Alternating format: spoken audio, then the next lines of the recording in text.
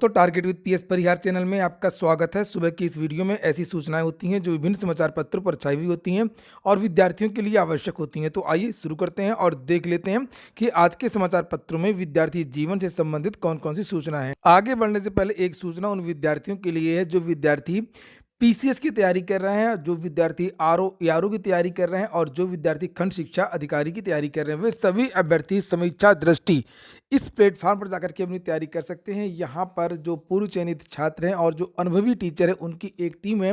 जैसे आप लोग यहाँ पर देख सकते हैं, विकास मिश्र जी हैं, समीक्षा अधिकारी सचिवालय में हैं, उनके मार्गदर्शन में ये टीम तैयार की गई है। यहाँ पर जाकर के आप लोग अपनी तैयारी पूरी कर सकते हैं। रजिस्ट्रेशन इसके शुरू हो चुके हैं। 10 तारीख से इसका पहला बैच शुरू होगा। इसके बारे में एक बात और बता दूं, समीक्षा दृष्टि ने 100 दिन की एक रूपरेखा तैयार की है और यहाँ पर बताया गया है कि हाँ, ये नंबर देख लीजिए आप लोग, ये 2 नंबर, इसका आप लोग स्क्रीनशॉट ले सकते हैं। अधिक जानकारी के लिए आप लोग कॉन्टैक्ट कर सकते हैं, कैसे एडमिशन लेना है, कैसे पढ़ाई होनी है। और यहाँ पर जैसे पहले दिन आपको क्या मिलेगा, स्टडी मटेरियल आप लोग यहाँ पर देख सकते हैं। दूसरे दिन क्या मिलेगा, चौथे दिन, इस तरीके से पूरी जानकारी यहाँ पर दी गई। आरओ पीसीएस खंड शिक्षा अधिकारी लोक सेवा आयोग की भर्तियों में पूछे जाने वाले जो प्रश्न हैं उनकी एक श्रृंखला चलेगी। आप लोगों का टेलीग्राम चैनल बनाया जाएगा जहां पर डेली लाइव क्यूज होगी। बहुत सारी चीज़ें, बहुत सारी आपको पीडीएफ सामग्री वगैरह भी मिलेगी। और अधिक जानकारी के लिए जो नंबर वगैरह है वो मैंने डिस्क्रिप्शन में दे दिया है, कमेंट बॉक्स में भी दे दूँगा। 100 दिन का जो प्लान है उसकी फीस भी बहुत कम रखी गई है। इन लोगों की यहाँ पर 999 रुपये है। आप लोग इसका स्क्रीनशॉट ले सकते हैं और स्क्रीनशॉट में पूरी जो प्रक्रिया है वो समझाई गई है। अथवा मेरा टेलीग्राम चैनल भी ज्वाइन कर सकते हैं, वहाँ पर भी इसकी जो पीडीएफ वगैरह है वो पड़ी हुई है, जिसके द्वारा आपको इस प्रोसेस के बारे में जानकारी मिल जाएगी। चलिए शुरू करते हैं। बात करते हैं सबसे पहले उत्तर प्रदेश लोक सेवा आयोग की भर्ती पीसीएस की। और लिखा कि उत्तर प्रदेश लोक सेवा आयोग पीसीएस 2022 का अंतिम परिणाम 15 अप्रैल तक जारी कर देगा।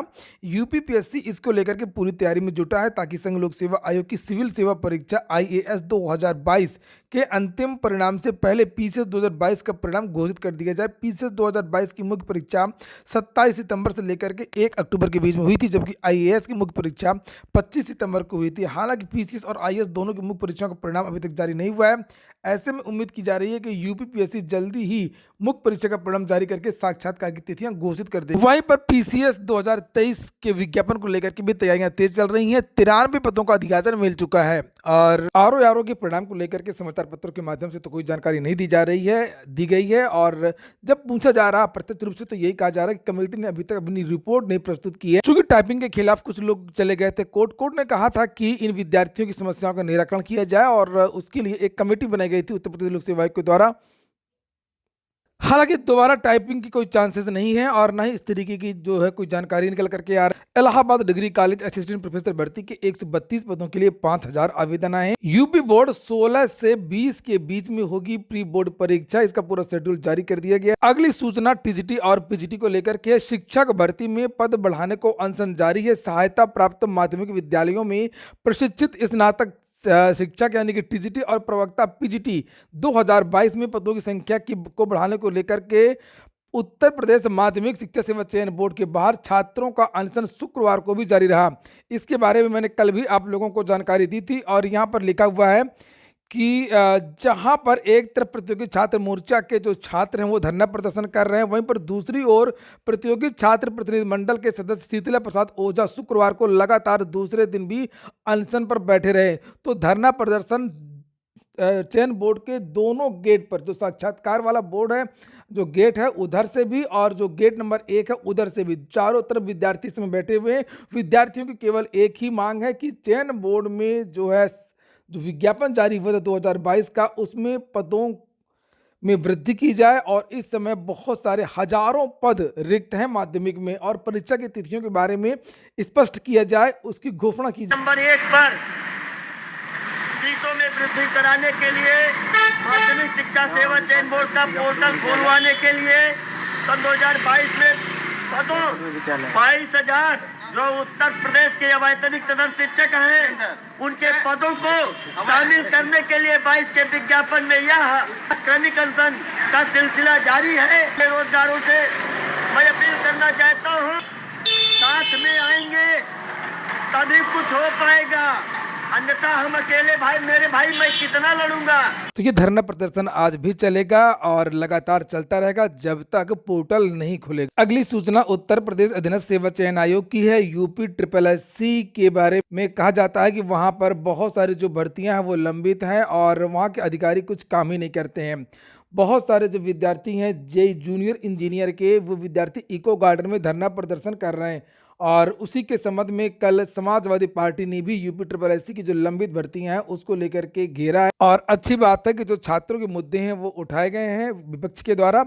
यहाँ पर लिखा कि अभ्यर्थियों ने श्री अखिलेश यादव को बताया कि उत्तर प्रदेश अधीनस्थ सेवा चयन आयोग लखनऊ ने 2018 में भर्ती के लिए विज्ञापन जारी किया था। अप्रैल 2022 में परीक्षा भी हो गई थी। 4 वर्ष से अधिक समय व्यतीत हो गया, भर्ती प्रक्रिया पूरी नहीं की गई है। अभ्यर्थियों ने ज्ञापन में बताया कि उनके प्रतिनिधिमंडल ने भर्ती परीक्षा का परिणाम जारी कराने के लिए आयोग से कई बार वार्ता की, लेकिन सिर्फ आश्वासन नहीं मिला।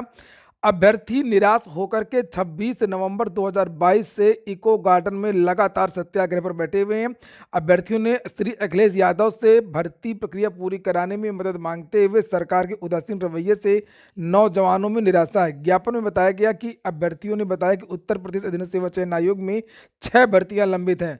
सम्मिलित अवर अभियंता वास्तुविद के लिए 489 पदों पर भर्ती 2016 से, सम्मिलित अवर अभियंता संगणक के लिए 1477 पदों पर भर्ती, मंडी परिषद की, वन रक्षा की, ASO की, बोरिंग टेक्नीशियन की। और अगली जो सूचना है कि ग्रुप डी में बदलाव और ग्रुप डी में फिर खिलाड़ियों की भर्ती करेगा रेलवे। ऐसे खिलाड़ी जिनके पास शैक्षिक योग्यता नहीं होती है उन विद्यार्थियों के लिए अब ये मौका है। जो महत्वपूर्ण खिलाड़ी होते हैं उनकी भर्ती ग्रुप सी और ग्रुप डी में होती रही है, लेकिन 2016-17 से ग्रुप डी में भर्ती बंद कर दी गई थी। छात्रों में निराशा थी, खिलाड़ियों में निराशा थी, लेकिन अब इसको फिर से खोल दिया गया है। आंकड़े इकट्ठे किए जा रहे हैं और जल्दी ही इन खिलाड़ियों को नियुक्ति प्रदान कर दी जाएगी। कुछ मानक में बदलाव भी किया गया है। यहाँ पर लिखा कि पहले मानक ये था कि वो टीम कम से कम सेमीफाइनल में प्रतिनिधित्व किया हो, लेकिन अब ये कह दिया गया कि कम से कम क्वार्टर फाइनल में खेली हो। इस तरीके से अब इन विद्यार्थियों को मौका मिल सकता है। SSC CHSL स्किल टेस्ट में 73.59% उपस्थिति रही है और 69,000 शिक्षक भर्ती। 1 नंबर से फेल अभ्यर्थियों से मांगे गए आवेदन केवल याचियों से आवेदन मांगे जा रहे हैं। और लिखा है कि परिषदीय स्कूलों में 69,000 शिक्षक भर्ती में 1 नंबर से चयन सूची से बाहर हुए अभ्यर्थियों के लिए राहत भरी खबर है। काफी संघर्ष के बाद में सचिव परीक्षा नियामक प्राधिकारी ने ऐसे अभ्यर्थियों से ऑनलाइन प्रत्यावेदन मांगे हैं। आवेदन वही याचिकाकर्ता अभ्यर्थी कर सकते हैं जिन्होंने 25 अगस्त 2021 से पहले हाई कोर्ट में याचिका डाली थी या अपील किया था। ये अभ्यर्थी 10 जनवरी से ऑनलाइन आवेदन कर सकते हैं। उत्तर कुंजी में एक प्रश्न को लेकर के विवाद हो गया था। ये विद्यार्थी कोर्ट चले गए थे और कोर्ट ने इन याचियों के पक्ष में आदेश किया था। अंतिम सूचना है 31 खेलों में 228 प्रशिक्षकों की भर्ती करेगा विभाग, मांगे गए हैं आवेदन। और यहाँ पर लिखा है कि लखनऊ मंडल के क्षेत्रीय क्रीड़ा अधिकारी अजय कुमार सेठी ने बताया कि इन प्रशिक्षण शिविरों के संचालन हेतु इच्छुक अभ्यर्थी सेवा योजन पोर्टल पर अपना पंजीकरण करा करके जेम पोर्टल पर आवेदन कर सकते हैं। इसका स्क्रीनशॉट ले सकते हैं जो योग्य अभ्यर्थी हों। इसमें बहुत सारी अर्हताएं, योग्यताएं वगैरह लिखी हुई हैं। लास्ट डेट यहाँ पर लिखी हुई है कि 13 जनवरी तक पोर्टल पर आवेदन कर सकते हैं, तो 13 जनवरी के पहले आवेदन करना। एक और सूचना, शिक्षा निदेशालय की विरोध के बाद में उच्च शिक्षा निदेशालय स्थानांतरित करने का आदेश रद्द कर दिया गया है और अब उच्च शिक्षा निदेशालय का जो मुख्यालय है वो प्रयागराज में ही रहेगा। लिखा हुआ है कि एकजुट होकर के विरोध करने से बच गया उच्च शिक्षा निदेशालय। यहाँ के जो लोकल के नागरिक थे वो भी इसका विरोध कर रहे थे, कर्मचारी भी विरोध कर रहे थे, सांसदों ने यहाँ के पत्र लिखा था, विधायकों ने पत्र लिखा था और शायद यही कारण है कि कल इसके बारे में आदेश जारी किया गया था, स्पष्टीकरण दिया गया था। तो ठीक है दोस्तों, ये हो गया आज का वीडियो आपको अच्छा लगा हो, आपके काम का हो तो वीडियो को लाइक कर दें। जिन छात्रों ने चैनल को सब्सक्राइब न किया हो सब्सक्राइब